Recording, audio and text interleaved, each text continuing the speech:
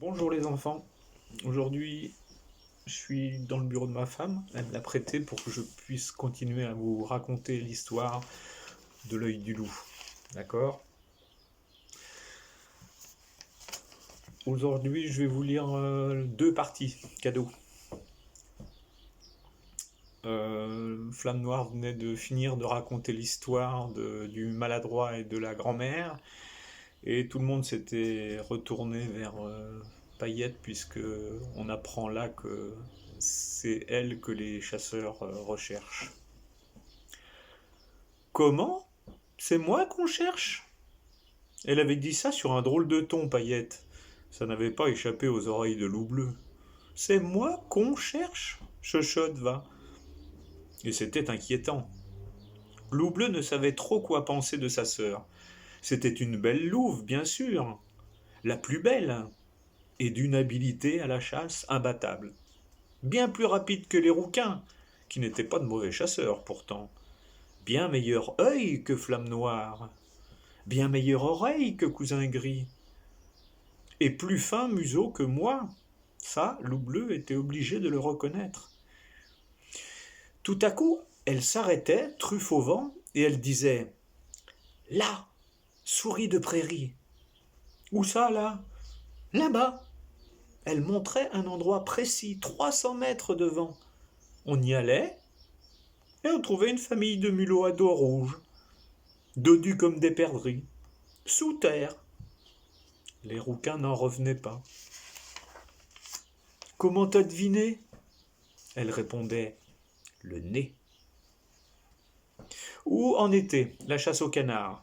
Les rouquins nageaient vers leur proie sans un bruit. Seule leur truffe dépassait. Pas un remous. Pourtant, 9 fois sur 10, les canards s'envolaient sous leur nez. Paillette, elle, restait sur la berge, aplatie comme un chat dans l'herbe jaune. Elle attendait. Les canards s'envolaient lourdement au ras de l'eau, et quand l'un d'eux, toujours le plus gros, passait au-dessus d'elle, hop, un bond, et clac. Comment tu réussis ça? L'œil. Et à la migration des caribous, quand leur harde, leur groupe, s'étire sur toute la largeur de la plaine, ou grimpait sur la plus haute colline, on grimpait sur la plus haute colline et Paillette disait « Le 6e à droite, à partir du gros rocher, il est malade. » Les loups ne mangent que les caribous malades, c'est un principe.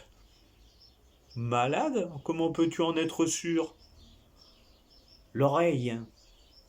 Elle ajoutait « Écoutez, il respire mal. » Elle attrapait même les lièvres polaires, et ça, aucun loup n'avait jamais réussi un coup pareil. Les pattes. Mais à côté de ses exploits, elle ratait des choses incroyablement faciles. Exemple, elle coursait un vieux caribou, tout essoufflé, et tout à coup, son attention était attirée par un vol de perdrix des neiges. Elle levait les yeux, s'en mêlait les pattes, se cassait la figure, et on la retrouvait qui se roulait par terre en hurlant de rire, comme un louveteau du premier âge. Tu ris trop, grondait Loup Bleu, ce n'est pas sérieux. Et toi, tu es trop sérieux, ce n'est pas drôle. Ce genre de réponse n'amusait pas Loup Bleu. Pourquoi est-ce que tu ris tant, Paillette? Elle cessait de rire, regardait Loup Bleu droit dans les yeux et répondait « Parce que je m'ennuie. » Elle expliquait « Il ne se passe jamais rien dans ce fichu pays, rien ne change jamais. » Et elle répétait « Je m'ennuie. » Et bien sûr, à force de s'ennuyer, Paillette voulut voir du nouveau. Elle voulut voir les hommes, de près. Cela se passa une nuit. Ils poursuivaient toujours la famille, la même bande de chasseurs.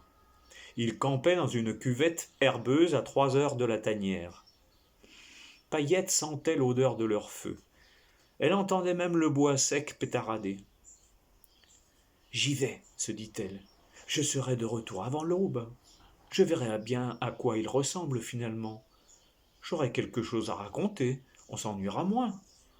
Et après tout, puisque c'est moi qu'on cherche, elle pensait que c'était de bonnes raisons. Et elle y alla. Quand Loup Bleu se réveilla cette nuit-là, un pressentiment, elle était déjà partie depuis 1 heure. Il devina tout de suite. Elle avait trompé la vigilance de Cousin Gris. Cela aussi, elle savait le faire. Et elle était allée directement chez les hommes. Il faut que je la rattrape. Il ne réussit pas à la rattraper.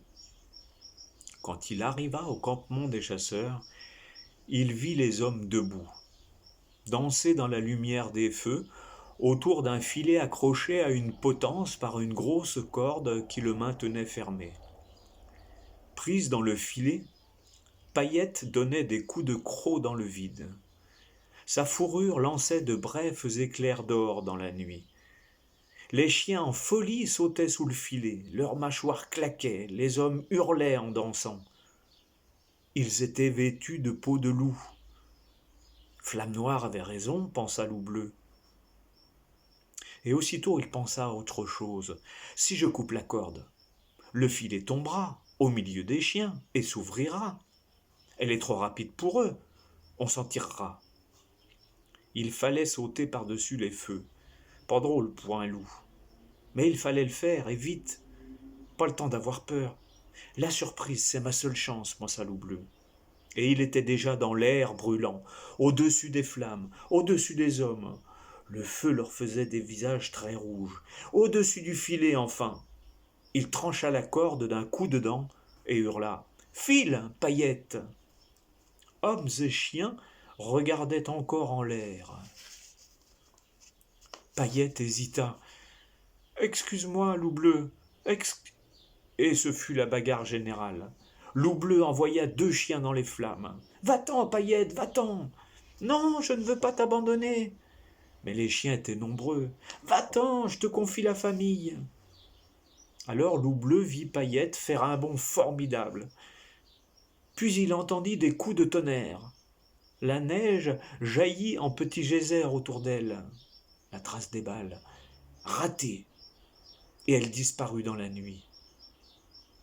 Loup Bleu eut à peine le temps de s'en réjouir. Un des hommes, grand comme un ours, dressé devant lui, brandissait à 2 mains une bûche enflammée. Et ce fut le choc, comme si la tête de Loup Bleu explosait. Et la nuit. Une nuit pleine d'étincelles, où il tombait, tombait, n'en finissait plus de tomber en tournoyant.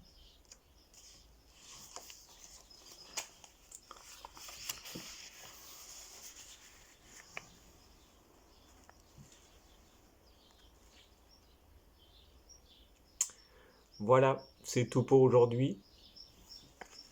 Je vous dis à bientôt.